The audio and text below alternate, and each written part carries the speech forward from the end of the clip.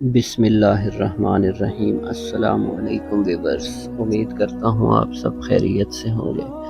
حضرت مفرج بن نہیان سے مروی ہے، فرماتے ہیں کہ جب حضرت سیدنا غوث اعظم کی شہرت عام ہوئی تو بغداد کے قریب 100 فقہ آپ کی خدمت میں اس غرض سے حاضر ہوئے تاکہ وہ علیحدہ علیحدہ مسئلہ دریافت کریں اور آپ کے علم کا امتحان لیں۔ آپ نے ان کی آمد کے بعد سر جھکا لیا۔ اس وقت آپ کے سینہ مبارک سے ایک نور ظاہر ہوا جس کا مشاہدہ اہل کشف نے کیا۔ پھر وہ نور ان 100 فقہا کے سینوں میں سے گزرتا چلا گیا جس کی وجہ سے ان پر خوف طاری ہو گیا۔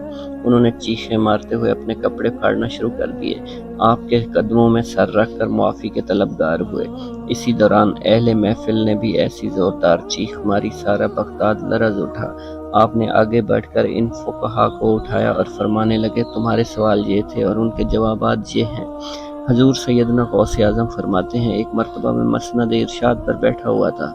حضور نبی کریم صلی اللہ علیہ وسلم کی زیارت باسعادت نصیب ہوئی۔ آپ کے ہمراہ حضرت موسیٰ علیہ السلام بھی تھے۔